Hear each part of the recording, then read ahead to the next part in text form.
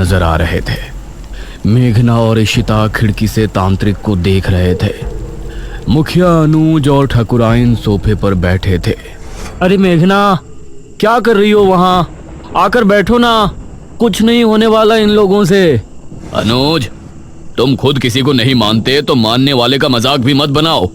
अभी ये लोग बातें कर ही रहे होते हैं कि तभी भारी कदमों के साथ 4 निशिरमोलों की आवाज जैसे ही गूंजना शुरू हुई, गांव के सभी लोगों का दिल बुरी तरह से दहल गया।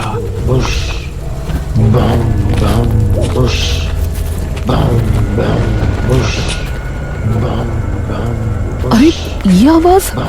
ये सुनकर मुखिया भी बुरी तरह से डर गया।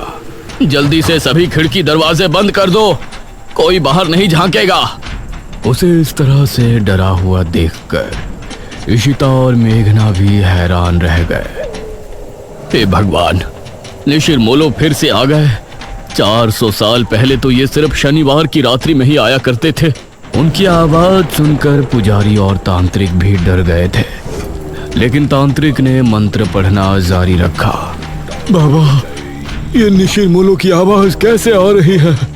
तांत्रिक ने उसका कोई जवाब नहीं दिया।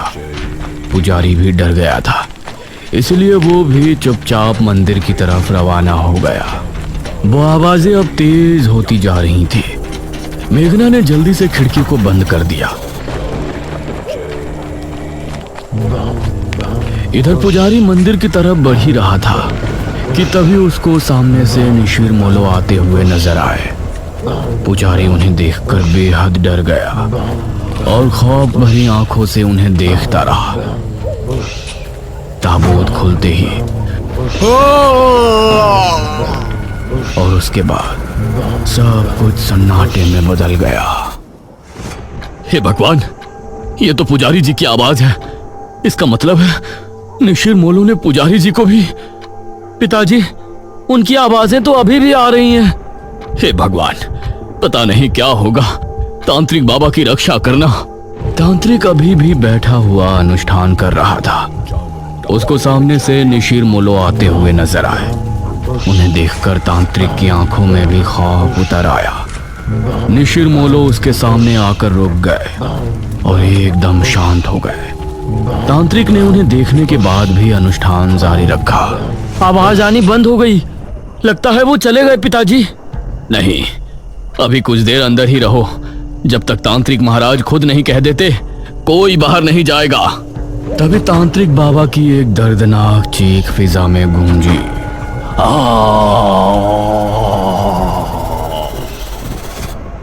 हे भगवान, ये तो तांत्रिक बाबा की आवाज है। धीरे धीरे आवाजें हल्की होती चली गईं और फिर पूरी तरह से शांति छा गई। चलो, सब जल्दी से बाहर चलो। अब मुखिया और सभी गांव के लोग अपने घरों से निकलकर चौक पर पहुंचे। वहां उन्होंने देखा कि तांत्रिक बाबा किसी मिट्टी के पुतले के जैसे जमे बैठे हैं। उनकी आंखें और मुंह पूरी तरह से फटा हुआ है। तांत्रिक बाबा! अगले ही पल उनका शरीर धीरे धीरे गायब हो गया। ये भयानक मंजर देखकर सभी के डर के मारे चीख निकल गई। निशिरमोलो पुजारी जी को ले गए और तांत्रिक बाबा का अंत कर दिया।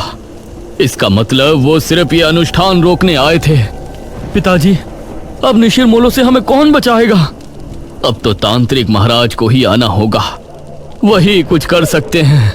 इशिता और मेघना तांत्रिक की मौत देखकर बहुत डर गई थी। दूसरी तरफ गुफा में बैठे बड़े तांत्रिक ने अचानक से अपनी आंखें खोली। उनके चेहरे पर चिंता की लकीरें साफ नजर आ रही थी।